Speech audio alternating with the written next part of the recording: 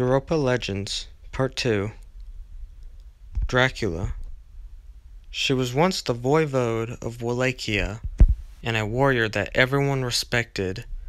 People addressed her as Dracula. It meant the daughter of the dragon to honor her courage.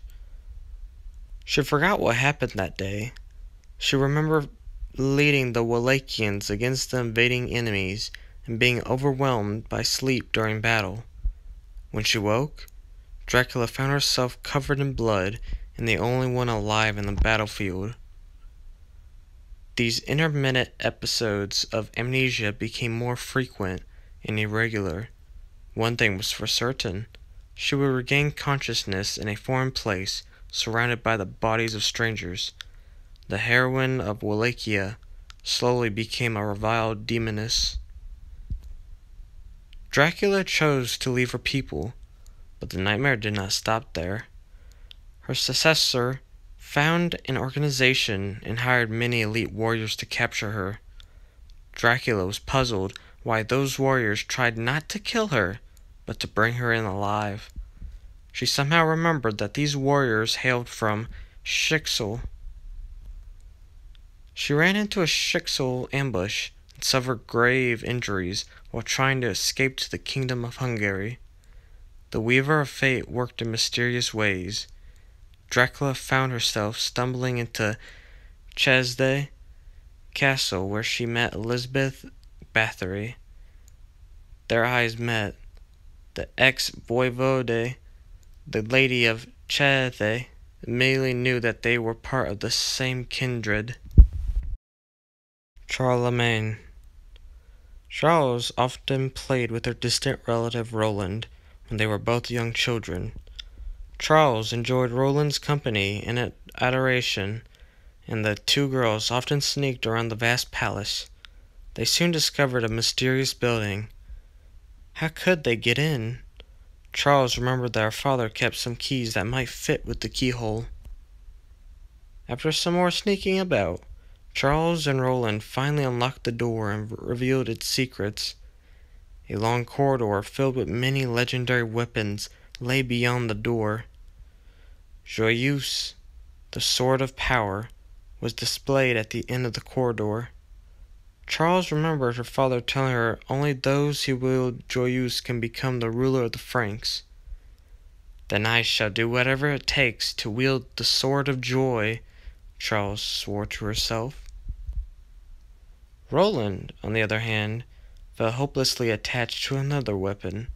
She asked Charles whether she could give it to her if she became a knight. Charles agreed. After her inauguration as the ruler of the Franks, she fulfilled her promise and granted Roland the sword of her dreams. It was the legendary blade named Durandal. Charles would spend many years looking for other divine artifacts. She met many brave warriors and knights along the way and convinced them to join her war against the Honkai. The best knights were allowed to visit the arsenal and pick a weapon of their choosing. "Pledge your blade to my service, and I shall reward you with a weapon worthy of your might." But war also brought death. Roland, the first knight to pledge her service to Charles, eventually fell in battle. The holy blade Durandal was also lost with her. Several paladins and advisors asked Charles to initiate a quest to recover Durandal and grant it to another knight. Charles refused. "My best friend, Roland, deserves Durandal. Let them keep each other company in their eternal sleep." Roland. The girl was the embodiment of chivalry. She unlocked the true powers of the holy blade Durandal and became a most trusted paladin of Charlemagne. Legends said her death on the battlefield sent Charlemagne into a depressed lethargy, unable to continue the fight against the Honkai. Roland, if she were to be alive, would refute such words. Charles is not that weak. Most people would think the Frankish armies would do well even without the 12 paladins, but only those who fought the Honkai knew that the levies of foot soldiers would do poorly against the Honkai.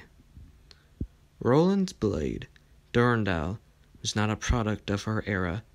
In fact, a powerful AI rests within this weapon. Durandal can alter material structure and physical characteristics through subatomic manipulation of matter.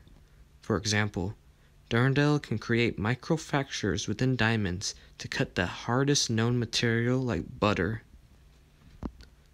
During the Battle of Rankuva Pass, Roland performed a decisive last stand like King Leonidas of Sparta, sacrificing herself to help the rest of the paladins escape.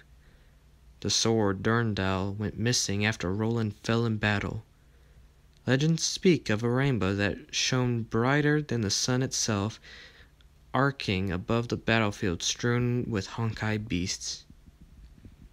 Despite being a martial legend, Roland did not fare well in romance. She was a little introverted, but entered a maddening rage after a rejection that caused major ruckus in the court of Charlemagne. Only Paladin Astolfo could contain her fury.